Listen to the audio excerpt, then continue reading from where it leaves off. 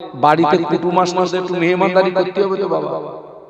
যদি ওদের মেহমানদারি না করেন, ওইখান থেকে বাড়ি গিয়ে বলবেন ওটা একটা মানুষের বাচ্চা, হ্যাঁ তোদের বাড়ি গেলাম তো একটু মেহমানদারি, কিচ্ছু চাও দিলিনি, কিচ্ছু দিলিনি।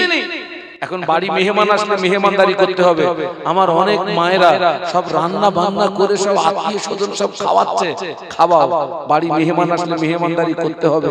খবর নিয়ে দেখেন অধিকাংশ বাড়ির মেয়েরা এশার নামাজ পড়েনি, মাগরিবের নামাজ পড়েনি। মাগরিবের নামাজ না পড়ে, এশার নামাজ না পড়ে তুমি যে আত্মীয় স্বজনের মেহমানদারি করলে, ওদের যে আদর যত্ন করে গলা পর্যন্ত খাওয়ালে, কিয়ামতের ময়দানে তোমার যদি একটা নেকি শর্ট পড়ে, ওই আত্মীয় স্বজন একটা নেকি দেবে বলে মনে হয়? আমি একবার বলবো না মেহমানদারি করবেন না, মেহমানদারি করুন, তবে আপনার আখিরাতটাকে নষ্ট করে নয়। ঠিক বলছি না ভুল বলছি? মেহমানদারি করুন, আত্মীয়তা করুন, কুটুম্বিতে করুন, আপনার আখিরাতটা নষ্ট করে নয়। খবর নিয়ে দেখেন অধিকাংশ বাড়ির মহিলারা নামাজ পড়েনি। কে তোমাকে বাঁচাবে? কোন হুজুর বাঁচাবে? আল্লাহ পাক হেদায়েত দান করুন, আমিন। জ্ঞান আছে কি নেই, আমল নেই, ধ্বংস ধ্বংস বরবাদ, কেউ বাঁচাতে পারবে না। মদিনার মসজিদে নববী শরীফে আযান হয়ে গেল। মদিনার মসজিদে নববী শরীফে মুয়াজ্জিন হাফসি বেলাল, মদিনার মসজিদে নববী শরীফে হাফসি বেলাল যখন আযান দিতেন, হাফসি বেলালের আযানের আওয়াজ আল্লাহ পাকের আরশ মুআল্লাতে পৌঁছে যেত। সুবহানাল্লাহ বলবেন। মদিনার মসজিদে নববী শরীফে আযান হয়ে গেছে, সাহাবীরা সব মসজিদে চলে এসেছেন। একজন ব্যক্তি আসেন, তিনি হচ্ছেন মুহাম্মাদুর কি মুহাম্মাদুর রাসূলুল্লাহ সাল্লাল্লাহু আলাইহি ওয়াসাল্লাম। তিনি মসজিদে আসেন।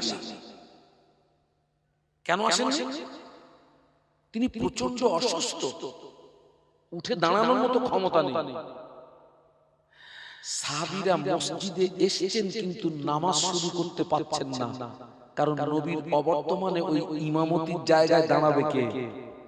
নবীর অনুমতি ছাড়া কোন সাহাবী ইমামতির জায়গায় দাঁড়াতে পারবে বাবা? কার ক্ষমতা আছে? কার সাহস আছে? এ কি আমরা যে মাহফিলে মাগরিবের নামাজ হবে, বড় একটা আলেমকে বলা হচ্ছে হুজুর আপনি একটু নামাজটা পড়িয়ে দেন, ইমামতি করে দেন। বড় আলেমরা ইমামতির জায়গায় যেতে চায় না, ভয়ে। আমার নামাজ ঠিক হচ্ছে কি না হচ্ছে, আমার পিছনে যারা দাঁড়াবে ওদের দায়িত্ব কার? একটু কথা বলেন না বাবা, ইমামের তো। ওই জন্য বড় আলেমরা যেতে চায় না, কিন্তু বড় আলেম যেতে যাচ্ছে না, আর ছোট হুজুর পিছনে লাফাচ্ছে ইমামতি করতে। হ্যাঁ লাফাচ্ছে কোনটা?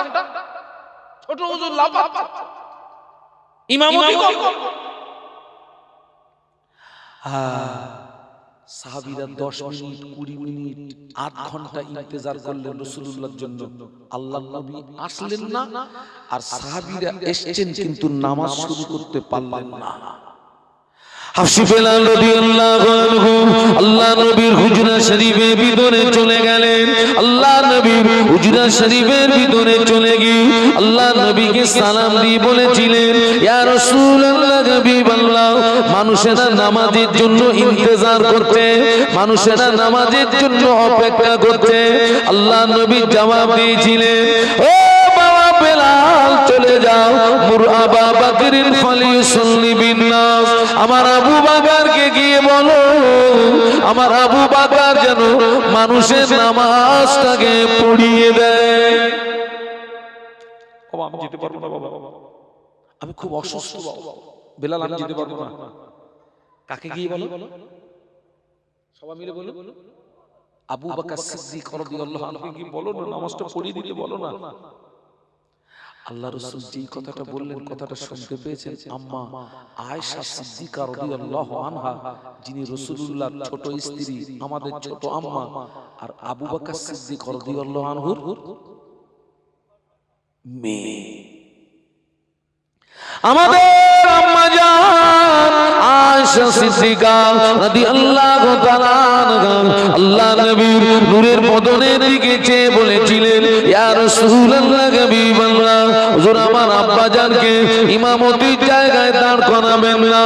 আমার আব্বা জানের মনটা বড় নরম, আমার আব্বা জানের অন্তরটা বড় নরম। আমার আব্বাকে ইমামতির জায়গায় দাঁড় করিয়ে দিলে আমার আব্বা জান আপনাকে না পেয়ে কেঁদে ফেলবে, আমার আব্বা জান আপনাকে না পেয়ে রোনাজারি করবে।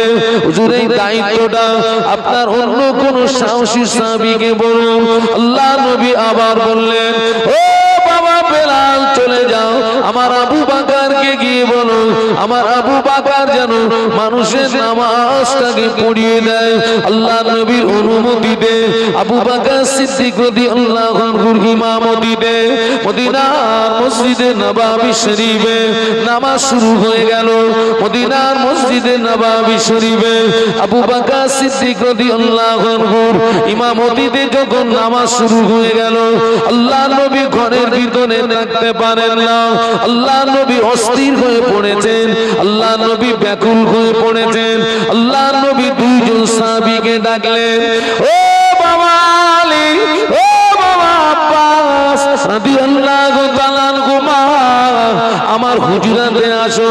দুইজন সাহাবী আল্লাহ নবীর হুজরা শরীফের ভিতরে গেলেন। আল্লাহ নবী দুই সাহাবীর কাঁধের উপরে ভর করে আল্লাহ নবী মসজিদে আসছিলেন। আল্লাহ নবী দুই সাহাবীর কাঁধের উপরে ভর করে আল্লাহ নবী মসজিদে আসছিলেন। আল্লাহ নবী এত দুর্বল, সাহাবীদের কাঁধের উপরে ভর করার পরেও আল্লাহ নবীর কাদম মোবারক দুটি জমিনে ঘেঁষে নিয়ে যাচ্ছিল। আল্লাহ নবীর কাদম মোবারক দুটি জমিনে নিগড়িয়ে যাচ্ছিল। ওই অবস্থায় রাসূলুল্লাহ মসজিদে আসলেন। ও আমার ভাইরা, সাহাবীরা নামাজের ভিতর থেকে আল্লাহ নবীকে দেখতে পেয়ে কোন সাহাবী সুবহানাল্লাহ পড়লেন, কোন সাহাবী আলহামদুলিল্লাহ পড়লেন, কোন সাহাবী আল্লাহু আকবার পড়লেন। বাবাজি আবু বকর সিদ্দিক রাদিয়াল্লাহু আনহু ইমামতির জায়গা থেকে বুঝতে পেরেছেন আল্লাহ নবী মসজিদে চলে এসেছেন। ও আমার ভাইরা, সাহাবীরা নবীকে আগিয়ে দিলেন। আবু বকর সিদ্দিক রাদিয়াল্লাহু আনহু ইমামতির জায়গা থেকে পিছিয়ে আসলেন। ও আমার ভাইরা, আল্লাহ নবী অসুস্থ শরীরে শুধু নামাজ পড়েন না, আল্লাহ নবী মদিনার মসজিদে নববী শরীফে সাহাবীদেরকে নিয়ে বসে বসে বসে বসে নামাজের ইমামতি করেছিলেন। একটু জোরে বলা যাবে আর একটু আওয়াজ দিয়ে বলা যাবে? আজকে আমরা কি করছি বলুন তো? আমরা কি করছি? আমাকে যেন ভুল বুঝবেন না। আমি আপনাদের দুশমন না, বরং আমি আপনাদের বন্ধু। আমরা কি করছি? 10 বছর শুনেছে, 15 বছর শুনেছে, 10 বছর শোনার পরে 15 বছর শোনার পরে সারা বছরে দুদিনের বেশি নামাজ পড়ে না। আছে না নেই? অনেক মহিলারা আছে বাবা,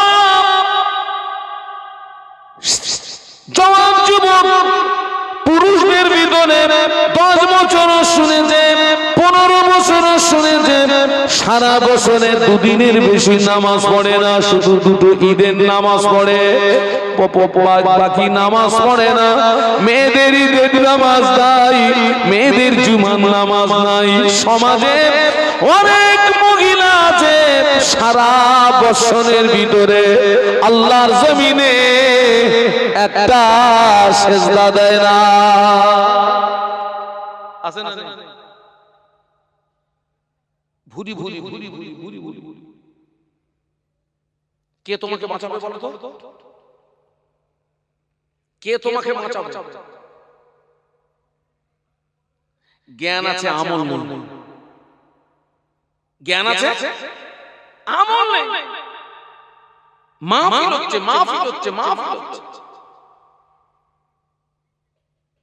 এখনো তো 26 সাল পড়িনি রে বাবা, আমি তো ছোট হুজুর। এখন থেকে 28 সালের লাইন দিচ্ছে আমাদের। 28 সাল হুজুর, 28 সালে এই যে একটা ফাঁকা আছে হুজুর। আমি বলি বাবা, আমি এখনো অত বড় হুজুর হইনি বাবা। আল্লাহ হায়াত রাখলে ওই একেবারে কাছাকাছি কি খবর নিস। আমি এখন অত বড় হুজুর হইনি। খবর নিয়ে দেখেন অধিকাংশ জলসা কমিটির ছেলেরা নামাজ পড়ে না। এই বাস্তব বলছি, নামাজ তো বলছি। ওরা মনে করছে বছরে কায়দা করে একটা মাহফিল দিচ্ছি, জান্নাত নিয়ে উঠতে পারবে। ও কি তোর মামুর বাড়ি না তোর শ্বশুর বাড়ি? তোর মামুর বাড়ি না শ্বশুর বাড়ি? ভুল হচ্ছে, ভুল হচ্ছে, ভুল হচ্ছে, আমাদের ভুল হচ্ছে, আমাদের ভুল হচ্ছে, আমাদের ভুল হচ্ছে। আল্লাহ পাক আমাদেরকে হেদায়েত দেন, বলুন আল্লাহুম্মা আমিন, বলুন আল্লাহুম্মা আমিন। আপনাদের কথা কি বলবো, অনেক অনেক বক্তা, অনেক বক্তা নামাজ পড়ে না, বক্তা নামাজ পড়ে না। আমার সবচেয়ে ভালো রিপোর্ট দিতে পারবে কে বলুন তো? এক হচ্ছে আমার স্ত্রী, ও আমার একেবারে ভিতরের রিপোর্ট দিতে পারবে, মানুষের বাচ্চা না অমানুষের বাচ্চা। আর একজন রিপোর্ট দিতে পারবে কে বলুন তো?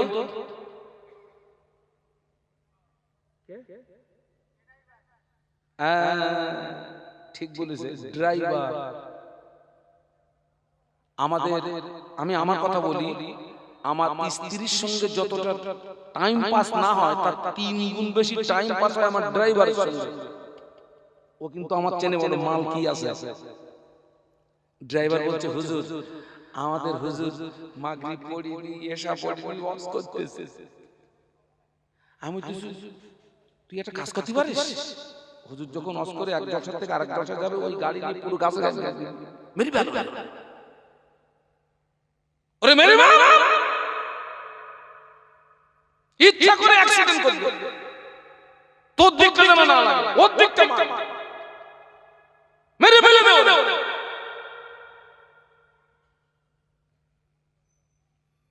লজ্জা, লজ্জা, লজ্জা, লজ্জা, লজ্জা,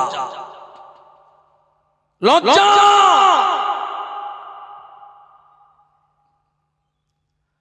হ্যাঁ, আজকে তো রাসূলুল্লাহ অসুস্থ শরীরে বসে বসে সাহাবীদেরকে নিয়ে নামাজের ইমামতি করলেন।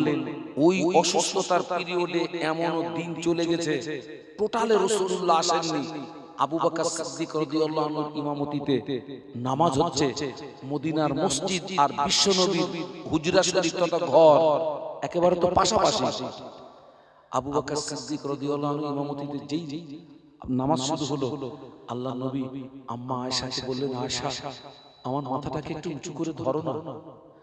আল্লাহ নবী এত অসুস্থ, মাথা উঁচু করার ক্ষমতা নেই। আয়েশা আমার মাথাটাকে একটু উঁচু করে ধরো না।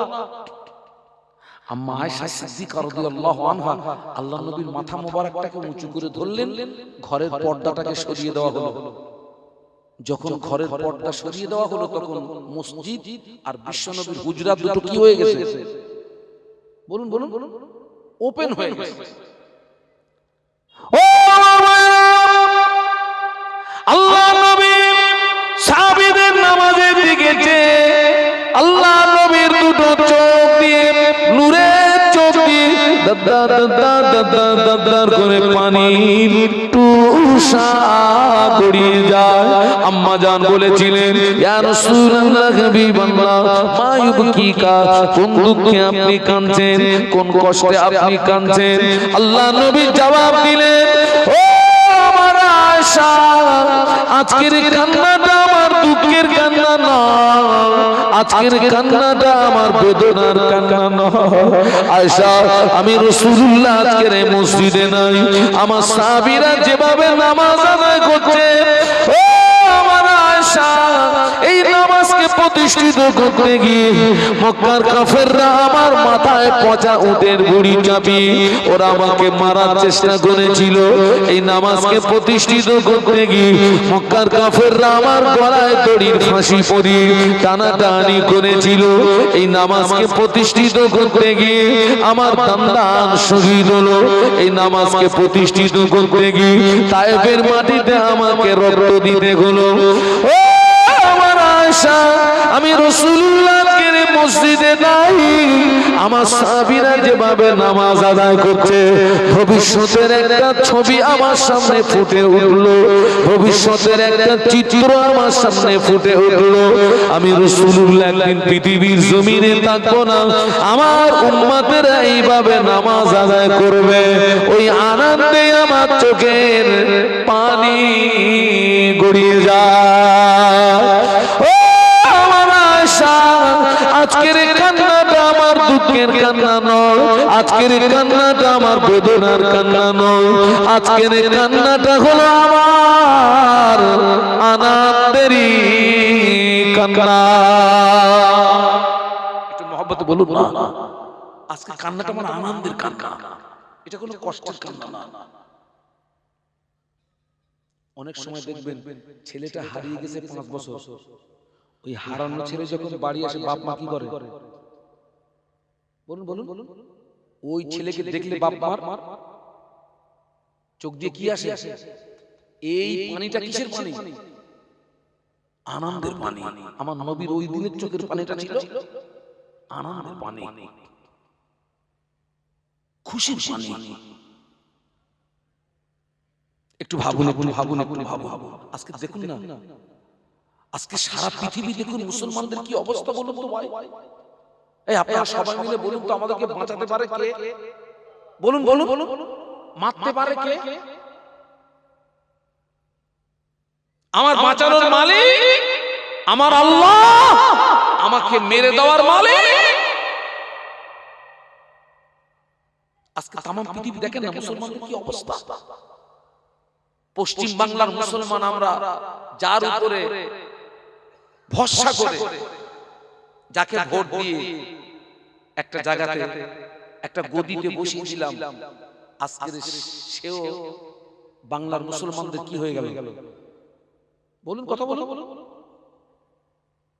চরম দুশমন হয়ে গেল। একটু ভাববেন, একটু ভাববেন। আমি এখানে পার্টি করতে আসিনি, আমি ব্যক্তিগত রাজনীতিকে ঘৃণা করি, বাস্তব কথাটা বলছি। বাড়িতে গিয়ে বালিশে মাথা দিয়ে একটু ভাববেন,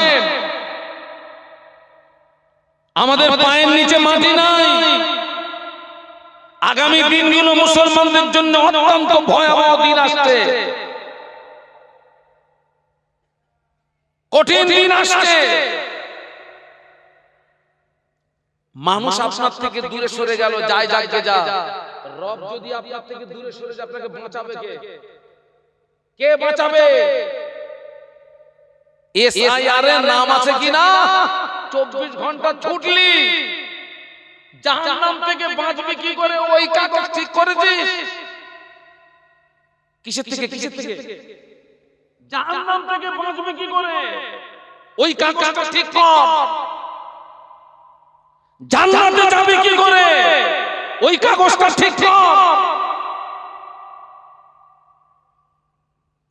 দুনিয়া হচ্ছে ক্ষণস্থায়ী, আখিরাত কি? কথা বলেন না কেন আপনারা? কিছুক্ষণের জন্য আমি ধরে নিলাম, ওতে নাম হলো না, নাম উঠলো না, আমি এই দেশের নাগরিক না। আমার জায়গা হবে কোথায়? ডিটেনশন ক্যাম্পে। শেষ বেশ ওখানে আমার কি হবে? মরণ হবে। গড়পড়তায় মানুষ হায়াত পাচ্ছে কত? ঠিক আছে ধরেন 60, তো 60 বছরের জীবন নাই আমার ওই ডিটেনশন ক্যাম্পে, শেষ হয়ে গেল। কিন্তু ন্যায়ের উপরে, সত্যের উপরে যদি থেকে আমি ডিটেনশন ক্যাম্প পর্যন্ত গিয়ে ওখানে যদি আমার মৌত হয়, জি আখিরাতটা কি 60 বছরের? বাবা আখিরাত কি 60 বছরের না 70 বছরের? চাচা ও ছেলেরা, তুই আখিরাতের কাগজটা ঠিক করেছিস তো? আখিরাতের কাগজ ঠিক করেছিস?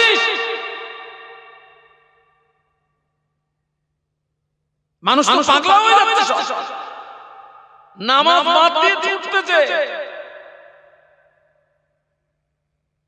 আজীব তামাশা। আল্লাহ পাক আমাদেরকে হেদায়েত দেন, বলুন আল্লাহুম্মা আমিন, বলুন আল্লাহুম্মা আমিন। আহা,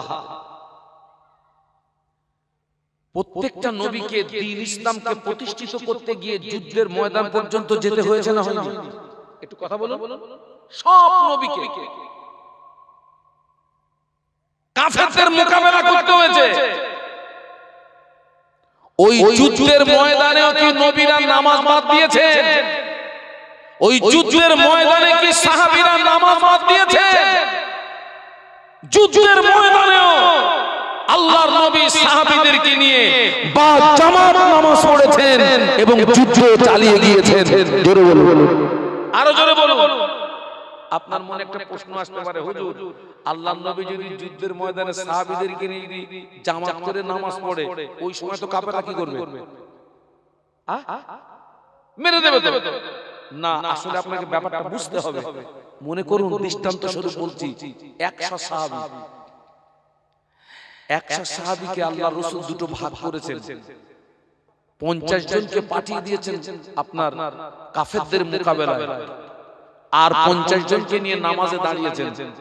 বোঝানোর জন্য বলছি, মনে করুন জোহরের 4 রাকাত কি নামাজ, আল্লাহ নবী 50 জনকে নিয়ে নামাজে দাঁড়িয়ে গেলেন। 50 জনকে কাফেরদের মোকাবেলায় পাঠিয়ে দিলেন। এই 50 জন সাহাবী 2 রাকাত নামাজ, জোহরের 4 রাকাত নামাজের ভিতরে 2 রাকাত নামাজ এই সাহাবীরা নবীর পিছনে পড়েছেন। 2 রাকাত নামাজ পড়ে এই সাহাবীরা ময়দানে চলে গিয়েছেন। ভাইদের কাছ থেকে তলোয়ারটা নিয়েছেন। ওনারা ময়দানে দাঁড়িয়ে গেলেন। যারা ময়দানে ছিলেন ওনারা নবীর পিছনে এসে নামাজে দাঁড়িয়ে গিয়েছে। আবার এনারা 2 রাকাত নামাজ পড়ে ময়দানে চলে গিয়েছে, তলোয়ারটা নিয়েছেন, ওনারা ফিরে এসেছেন, আবার নবীর পিছনে নামাজে দাঁড়িয়ে গিয়েছেন। একদম সাহাবী 2 রাকাত নামাজ 4 রাকাত নামাজ পেয়েছেন জামাতে, আর একজন সাহাবী 2 রাকাত নামাজ পেয়েছেন জামাতে, পরে 2 রাকাত নামাজ একা একা আদায় করেছেন। যুদ্ধ চালিয়ে গিয়েছেন, নামাজও কায়েম করেছে। একটু জোরে বলা যাবে? আরো জোরে বলা যাবে? আমরা কি যুদ্ধের ময়দানে নাকি? আমরা কি যুদ্ধের ময়দানে?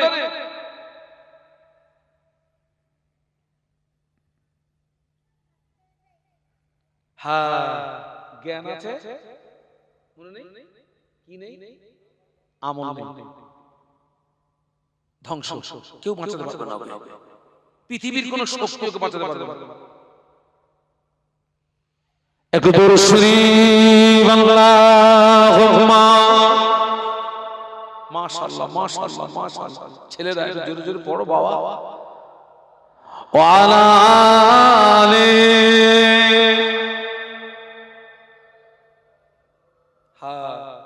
हुब्बे अहमद अजल की सीने में गए, मैं गाऊं मेरा दिल मदीने में गए। फूल तो फूल कांटों में क्या खुशबू गए, लुत्फ़ जन्नत से बढ़कर मदीने में गए अल्लाहुम्मा पढ़ो बाबा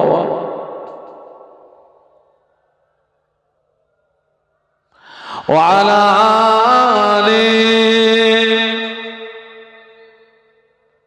माशाअल्लाह একটু কলেমার জিকির লা ইলাহা ইল্লাল্লাহ জবান খুলে লা ইলাহা ইল্লাল্লাহ লা ইলাহা ইল্লাল্লাহ মুহাম্মাদুর রাসূলুল্লাহ আল্লাহুম্মা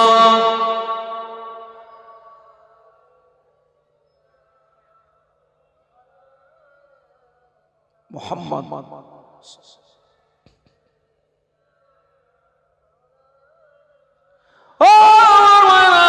যুদ্ধের ময়দানে নবী বড় দুর্বল আল্লাহর নবী বড় দুর্বল আল্লাহর নবী বড় যায়েব আল্লাহর নবী বড় কমজোর আল্লাহ নবী আলীকে ডাকলেন ও বাবা আলী আমি একটু বিশ্রামে যাব আলী কাররামাল্লাহু ওয়াজহাহু বললেন ইয়া রাসূলুল্লাহ হুজুর আপনি আমার কোলে মাথা দিয়ে একটু বিশ্রাম করুন সুবহানাল্লাহ বলো আমার কোলে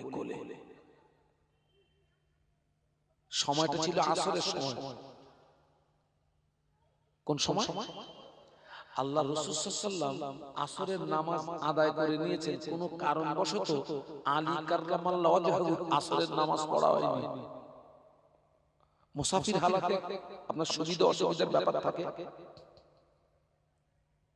আল্লাহ নবী আলী কাররামাল্লাহু ওয়াজহাহু কোলে মাথা দিয়ে শুয়ে পড়েছেন সূর্যটা আস্তে আস্তে পশ্চিম দিকে তথা মাগরিবের উত্তর দিকে ঢলে যাচ্ছে হঠাৎ হুজুরের মনে পড়ে গেল আল্লাহ পাক আমার তো আসরের নামাজটা পড়া হয় নাই কার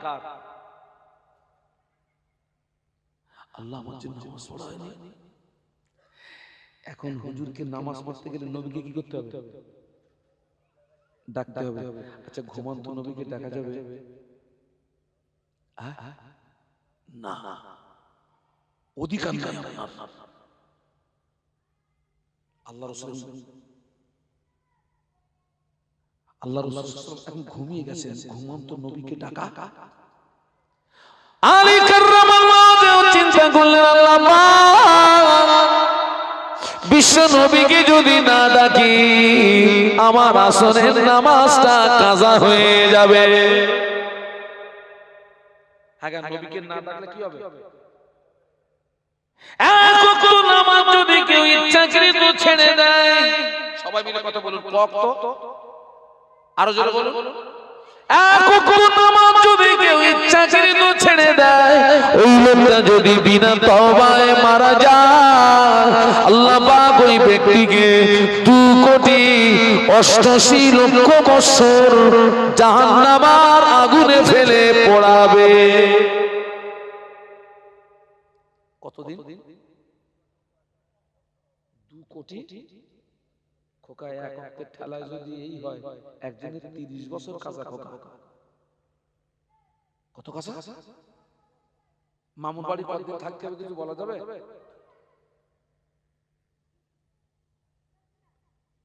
বাবা আবার সব মুসলিম নারী পুরুষ কিন্তু জাহান্নামের আযাবকে বিশ্বাস করে না এটা কি আপনারা মানেন নামাজ ইবাদত আমলের কথা বললে বলে ও সব যদি জান্নাতে যায় তো জাহান্নামে যাবে কি গো এরকম একটা বার্তা আসে না আল্লাহ ওদেরকে হেদায়েত দিক বলুন আমিন আমরা তো বাবা বক্তা মানুষ কথায় কথা বেড়ে যায় আল্লাহ রাসূল মদিনার মসজিদে জোহরের নামাজ পড়ে আম্মা আয়েশার হুজরাতে আসছেন এসে দেখেন তো ঘরের দরজা বন্ধ আপনি বাইরে থেকে ঘরে এসেছেন আমাদের এক নাম্বার করণীয় কি আমরা দেই আমি কিন্তু বাবা পাকড়া ফুল যার দ্বিতীয় নাম হচ্ছে শিমুল ফুল আপনারা পাকড়া ফুল চেনেন তো নাকি? আচ্ছা, আপনারা কি ইতিকাফে নিয়ত করেছেন না কি বলেন দিন, যে যা হবে ইশারা ইঙ্গিত দিতে হবে? এই ফুলটি দেখতে ভালো কিন্তু এর নিজস্ব কোনো গন্ধ নেই।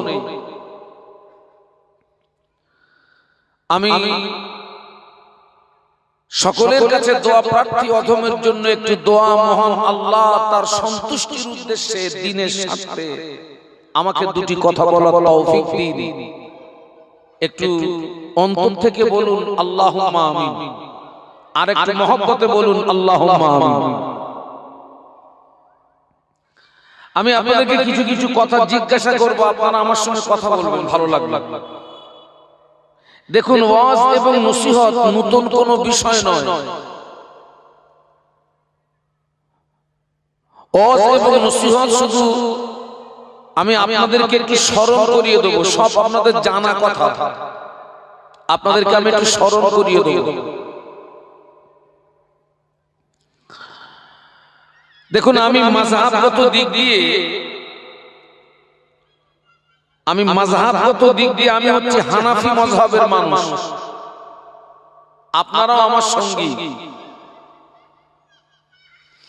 আর আমরা সিলসিলাগত দিক দিয়ে ফুরফুরা শরীফের মুজাদ্দিদুজ জামান আমির শরিয়ত কুতুবুল আলম দাদা হুজুর পীর কেবলা রহমাতুল্লাহ আলাইহির সিলসিলার একজন নগণ্য খাদেম। আপনারা যারা বসে আছেন সবাই আমার মুজাদ্দিদুজ জামানের সব ভালোবাসার মানুষ, মহব্বতের মানুষ।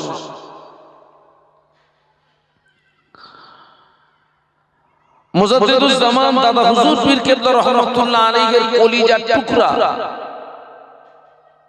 কাইয়ুমুজ জামান বড় হুজুর পীর কেবলা রহমাতুল্লাহ আলাইহি, যে বড় হুজুর পীর কেবলা রহমাতুল্লাহ আলাইহি আমার মুজাদ্দিদুজ জামান আপনার হজ পাকে গেলেন 1330 সালে। ওই 1330 সালে মুজাদ্দিদুজ জামানের হজের সঙ্গী ছিলেন বসিরহাটের আল্লামা রুহুল আমিন রাহমাতুল্লাহ আলাইহি, সঙ্গী ছিলেন কাইয়ুমুজ জামান বড় হুজুর পীর কেবলা রহমাতুল্লাহ আলাইহি, স্বয়ং সৌদি বাদশা। ওনাদেরকে একটি রাত আল্লাহ রাসূলের মাজার মুকাদ্দাসের গ্রাউন্ডের ভিতরে একটি রাত থাকার সুযোগ করে দিয়েছিলেন। একটু আস্তে করে সুবহানাল্লাহ বলা যাবে? একটু মহব্বতে বলা যাবে? তো কাইয়ুমুজ জামান বড় হুজুর পীর কেবলা রহমাতুল্লাহ আলাইহি কোন একদিন ভক্ত মুরিদদেরকে সামনে নিয়ে খুব আক্ষেপের সঙ্গে একটি কথা বলেছিলেন। ভক্ত মুরিদদেরকে সামনে নিয়ে খুব আক্ষেপের সঙ্গে একটি কথা বলেছিলেন, বাবা আমি মনে করছি ওয়াজ করা বন্ধ করে দেবো, ওয়াজ আমি আর করব না। হুজুরের মহব্বতের মানুষ তানারা বললেন, হুজুর আপনি এরকম কথা বলছেন কেন? আপনার মতো ব্যক্তি যদি ওয়াজের ময়দান থেকে দূরে সরে আসেন তো মানুষ তো আরো গোমরাহির মধ্যে পড়ে যাবে, মানুষ তো আরো পথভ্রষ্ট হয়ে যাবে। আপনি এরকম কথা বলছেন কেন? কাইয়ুমুজ জামান বড় হুজুর পীর কেবলা রহমাতুল্লাহ আলাইহি বলেছিলেন, বাবা আমি তিনটে কারণে মনে করছি ওয়াজ করা বন্ধ করে দেব। আমার দিকে তাকান, আমার দিকে তাকান, আমার দিকে তাকান। কটা কারণ? সবাই মিলে বলুন। তিনি বলেছিলেন, বাবা আমি মনে করছি তিনটে কারণে আমি ওয়াজ করা বন্ধ করে দেব। আমি আপনাদেরকে কার কথা শোনাচ্ছি? কাইয়ুমুজ জামান বড় হুজুর পীর কেবলা রহমাতুল্লাহ আলাইহির কথা শোনাচ্ছি। ওই তিনটে কারণের ভিতরে এক নাম্বার কারণ বলেছিলেন, যারা বক্তা এদের অধিকাংশ নিয়ত খারাপ। আগে আমাদেরকে ধরেছেন। দুই নাম্বার বলেছিলেন, যারা শ্রোতা ওদের অধিকাংশ নিয়ত খারাপ। আর 3 নাম্বার বলেছিলেন যারা জলসা দাতা ওদের অধিকাংশ নিয়ত খারাপ। কটা হলো সবাই মিলে বলুন কি কি?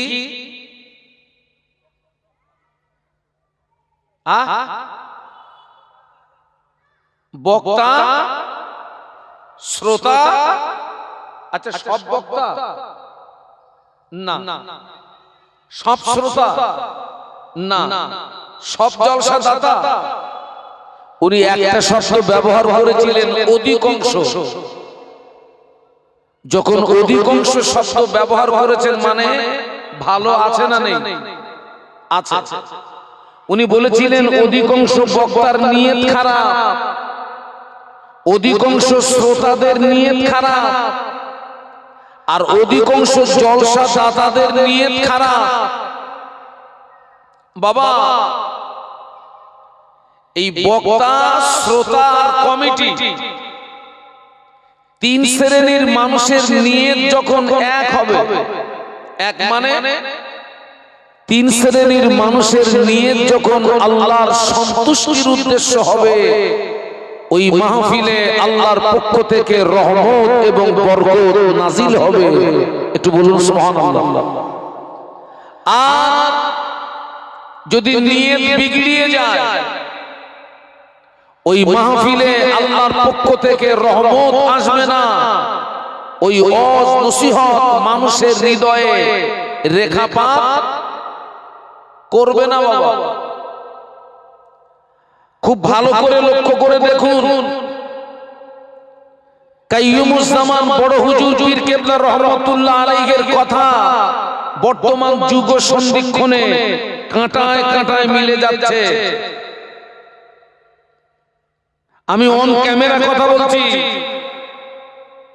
আমি এমনও মাহফিল করেছি, হারকেন জানানো মাহফিল, হারকেন এইরকম বক্তাদের বসার জায়গার পাশে বাঁশ গাছের ঝাড়, আর ওই বাঁশ গাছের কুঞ্চির গায়ে হারকেন টাঙানো। ওই হারকেন জানানো মাহফিলের একটা গুরুত্ব আলাদা ছিল না? ছিল না? বলুন, কথা বলুন। আর আগে বাড়িতে মাহফিল হলে, ধনী লোকের বাড়ি মাহফিল হলে কি লাইট? হ্যাঁচাক লাইট। হারকেন জানানো মাহফিল আর হ্যাঁচাক লাইটের মাহফিলের গুরুত্ব আলাদা ছিল।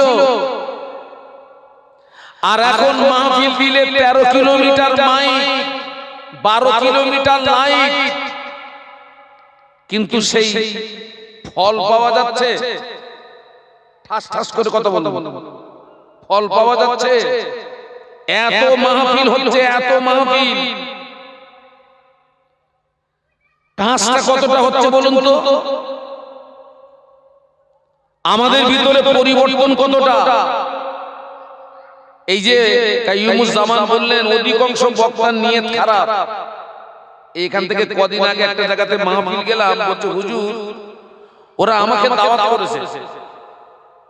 এখন আমার একটা স্বভাব হচ্ছে আমি অ্যাডভান্স নিই না। কি নেই না বাবা? আর এখন যারা দাওয়াত করছে তাদের মনে কিছু কিছু জলসা কমিটির মনে এরকম একটা ভয় আছে যে হুজুর যদি অ্যাডভান্স না নেন, মনে হয় আমাদের দাওয়াত উনি গ্রহণ করলেন না, আসবে না। এখন তারা খুব একটা ভয়ের ভিতরে ছিল যে আমি যাব কিনা। বারবার ফোন করে, বারবার ফোন করে। আমি বলবো বাবা আমাকে এত ফোন করতে হবে না, এত ফোন করলে আমি তো রেগে যাব, এত ফোন করলে আমি কিন্তু রেগে যাব। আমি তাদেরকে বললাম আল্লাহর উপরে ভরসা রাখুন, আল্লাহর উপরে ভরসা রাখুন। আল্লাহ আমাকে হায়াতে রাখলে, সুস্থ থাকলে আমি ঠিক সময় পৌঁছে যাব ইনশাআল্লাহ। তো সেখানে গেলাম, ওয়াজ নসিহত করার পরে আমি তাদেরকে জিজ্ঞাসা করলাম ভাই আপনারা এই যে আমার প্রতি বিশ্বাস হারিয়ে ফেললেন কেন? তো বলছে হুজুর গত বছর একটা হুজুরকে দাওয়াত করেছিলাম। আমি যে জায়গার কথা বলছি হাসনাবাদ নদীর ওই পারে, তো বলছে সেই হুজুরটা ব্রিজের উপরে দাঁড়িয়ে বলছে টোটাল টাকা মারবি, তারপর এখান থেকে গাড়ি তোদের মাহফিল পর্যন্ত যাও। তো বলছে হুজুর আমরা টাকা মারতে তারপর উনি এসেছেন, ওই জন্য ভয় করছিলাম আপনি আসবেন কিনা, যেহেতু আপনি তো কোনো টাকা নেন না। এই যে বক্তাদের নিয়ত খারাপ হয়ে গেছে।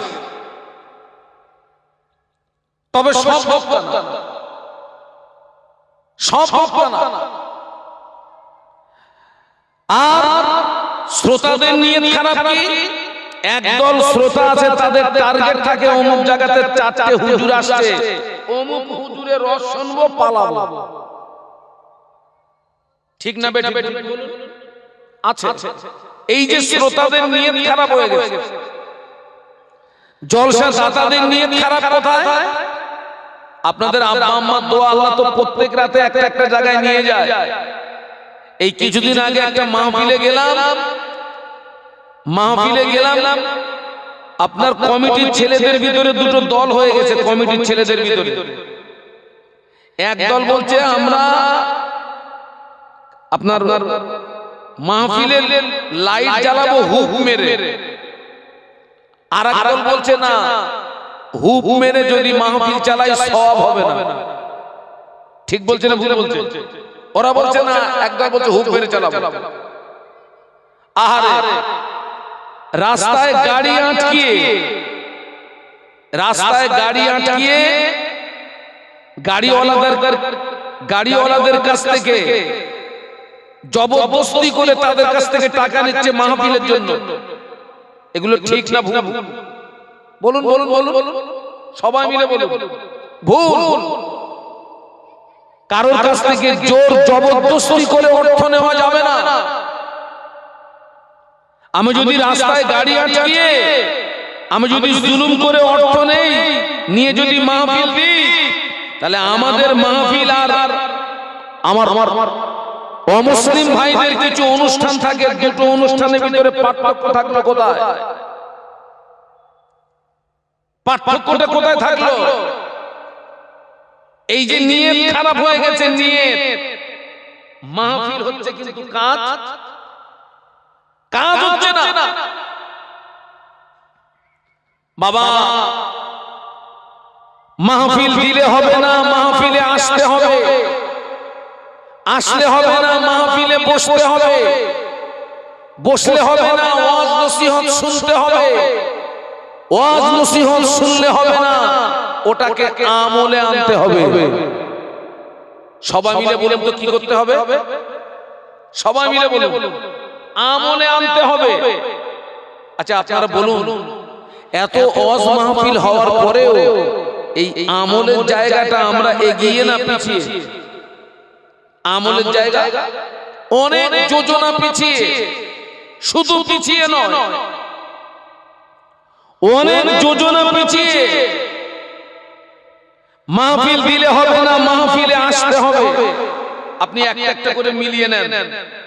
এই মাহফিল উপলক্ষে যারা বাড়ি থেকে বেরিয়েছে সবাই কি মাহফিল পর্যন্ত এসেছে?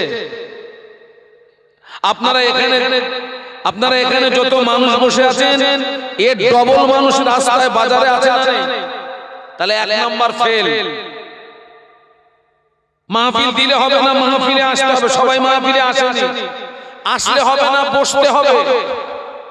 সবাই আসে কিন্তু সবাই বসে, দু নাম্বার ফেল। বসলে হবে না, ওয়াজ নসিহত শুনতে হবে। এই যারা মাহফিলে বসে সবাই ওয়াজ শোনে, কথা বলুন কথা বলুন, হুজুর ওয়াজ করছে ও বাদাম খেয়েই যাচ্ছে।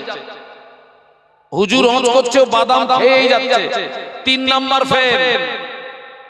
আর শুনলে হবে না, আমল করতে হবে।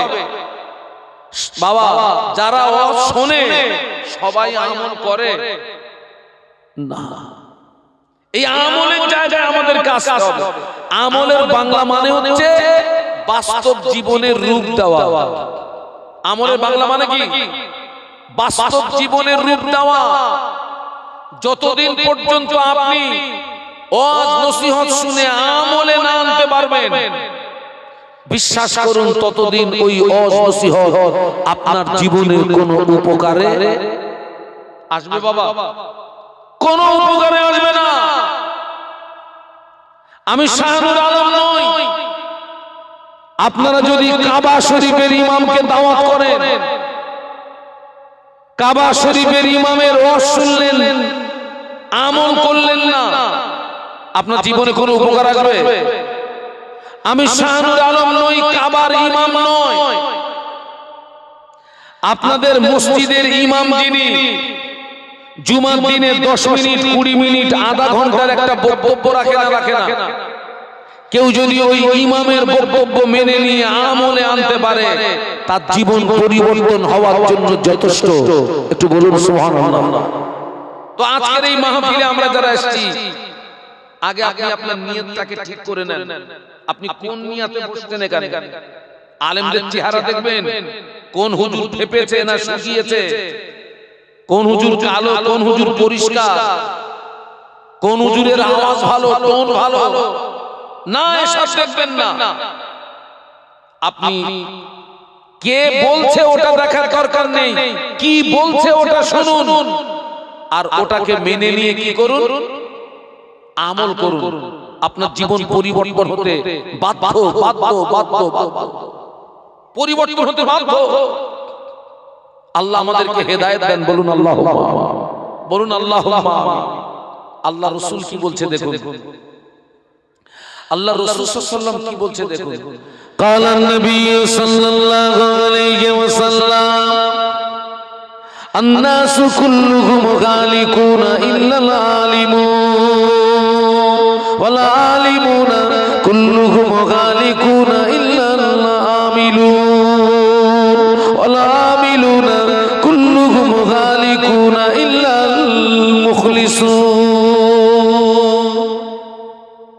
একটু সবাই মিলে বলি না আল্লাহু আকবার। 3:30 আওয়াজ দিলেন তো? আমি তো 3:30 হুজুর না। এতগুলো মানুষ আপনাদের এই খিদিরপুর এলাকায় বল খেলা হয়, তাও কথা বলে না হয়। আপনারা জানতেন? সবাই যায় না। এক পার্টি যখন আরেক পার্টির গোল দেয়, কাউকে কি বলে দিতে হয় জোরে বলুন গোল? ওরে সর্বনাশ! আওয়াজ জবান খুলে বলি আল্লাহু আকবার। আরেকটু আওয়াজ তুলুন, বলুন আল্লাহু আকবার। আল্লাহ নবী বললেন সমস্ত মানুষ ধ্বংস হয়ে যাবে, সমস্ত মানুষ বরবাদ হয়ে যাবে, সমস্ত মানুষ নাস্তে নাবুদ হয়ে যাবে, কেবলমাত্র আলেমরা নাজাত পেয়ে যাবে। সুবহানাল্লাহ বলেন। সব মানুষ ধ্বংস হয়ে যাবে, সব মানুষ বরবাদ হয়ে যাবে, সব মানুষ নাস্তে নাবুদ হয়ে যাবে। নাজাত পাবে কারা? আলেম। নবীর হাদিসটা শুনে আপনাদের মনে কিন্তু একটা প্রশ্ন আসা স্বাভাবিক, যে হুজুর আলেমরাই যদি শুধু নাজাত পায়, তাহলে আপনারাই শুধু নাজাত পাবেন, আমরা সব শেষ। কি বাবা, এরকম একটা প্রশ্ন আসে না? তাহলে আপনারাই শুধু নাজাত পাবেন, আমরা সব শেষ। ঘাবড়ানোর কোনো কারণ নেই। ছেলেরা আমার দিকে তাকাও, ঘাবড়ানোর কোনো কারণ নেই। আজকের এই খিদিরপুরের মাহফিল আমাদের বাঁচার ডাক দিয়েছে। আপনারাও বাঁচতে এসেছেন, আমিও বাঁচতে এসেছি, আপনাদেরকে বাঁচানো হবে। বলুন ইনশাআল্লাহ, বলুন ইনশাআল্লাহ। আপনাদেরকে বাঁচানো হবে, আপনাদেরকে বাঁচানো হবে। এই মাহফিল আমাদেরকে বাঁচার ডাক দিয়েছে। আপনিও বাঁচতে এসেছেন, আমিও বাঁচতে এসেছি, আপনাদেরকে বাঁচানো হবে। এ দেখেন, আরবের একজন টপ র‍্যাঙ্কের কবি, যার নাম হযরত হাসান বিন সাবিত রাদিয়াল্লাহু আনহু, যিনি একজন টপ র‍্যাঙ্কের কবি ছিলেন। সারা বিশ্বে যিনি কবি হিসেবে খ্যাতি সম্পন্ন লাভ করেছিলেন, খ্যাতি লাভ করেছিলেন। তো হাসান বিন সাবিত রাদিয়াল্লাহু আনহু জীবনের শুরুতে ইসলামের বিরুদ্ধে, নবীর বিরুদ্ধে প্রচুর কবিতা লিখেছিলেন। কার বিরুদ্ধে? ইসলামের বিরুদ্ধে, নবীর বিরুদ্ধে প্রচুর কবিতা লিখেছিলেন। তিনি যখন ইসলাম গ্রহণ করলেন অটোমেটিক তলোয়ারটা ঘুরে গেল, এবারে নবীর পক্ষে, ইসলামের পক্ষে আর কাফেরদের বিরুদ্ধে কবিতা লিখতে শুরু করলেন। একটু সুবহানাল্লাহ বলেন না, একটু মহব্বতে বলেন। ওই যে আল্লাহর নবীর মাথা কাটতে গেছিলেন কে? হযরত ওমর রাদিয়াল্লাহু আনহু। উনি তখন হালাতে ঈমানদার না হালাতে কাফের? উনি হালাতে কাফের। নবীর মাথা কাটতে যে তলোয়ারটা নিয়ে গেছিলেন, নবীর কদমে লুটিয়ে পড়ে ইসলাম গ্রহণ করার পরে সেই তলোয়ারটা কাদের দিকে ঘুরেছিল? একটু সুবহানাল্লাহ বলবেন না? তো হাসান বিন সাবিত রাদিয়াল্লাহু আনহু জীবনের শুরুতে নবীর বিরুদ্ধে, ইসলামের বিরুদ্ধে প্রচুর কবিতা লিখেছিলেন। তিনি যখন ইসলাম গ্রহণ করলেন, এবারে তলোয়ারটা ঘুরে গেল নবীর পক্ষে, ইসলামের পক্ষে আর কাফেরদের বিরুদ্ধে। যখন কবিতা লিখছিলেন, ওনার কবিতার তলোয়ারে কাফেরদেরকে মেরে তুলোধনা করছিলেন, কাফেরদেরকে মেরে লোপাট করে দিচ্ছিলেন। এ দেখুন বাবা, আসলি তলোয়ারটা ডেঞ্জার না কবিতার তলোয়ার ডেঞ্জার? বলুন, কথা বলুন। কবিতার তলোয়ার ডেঞ্জার। আসলি তলোয়ার দিয়ে 10 জন 20 জনকে মারতে পারবেন, তার বেশি মারতে পারবেন না। আপনি নিজেই দুর্বল হয়ে যাবেন, আপনি নিজেই ক্লান্ত হয়ে যাবেন। আর কবিতার তলোয়ারে তো মারাত্মক। কবিতার তলোয়ারে একটা জাতকে মেরে দেওয়া যেতে পারে, কবিতার তলোয়ারে একটা কওমকে মেরে দেওয়া যেতে পারে। হাসান বিন সাবিত রাদিয়াল্লাহু আনহু উনি যখন কাফেরদের বিরুদ্ধে, উনি যখন আপনার তলোয়ার চালাচ্ছিলেন, কবিতার তলোয়ার কাফেরদেরকে মেরে তুলোধনা করে দিচ্ছিলেন, কম তুলে গোত্র তুলে তলোয়ার চালাচ্ছিলেন। আল্লাহ নবী হাসানকে ডেকে বললেন, হাসান তুমি যেভাবে তলোয়ার চালাচ্ছ, তোমার তলোয়ার তো আমারও গায়ে লাগবে। তুমি কম তুলে কথা বলছো, গোত্র তুলে কথা বলছো, তোমার তলোয়ার তো আমারও গায়ে লাগবে। হাসান বিন সাবিত বলছে, হুজুর আপনি ঘাবড়াবেন না, এই দেখুন আমি আপনাকে বাঁচাচ্ছি। একটু সুবহানাল্লাহ বলুন, একটু মহব্বতে বলুন, আমি আপনাকে বাঁচাচ্ছি।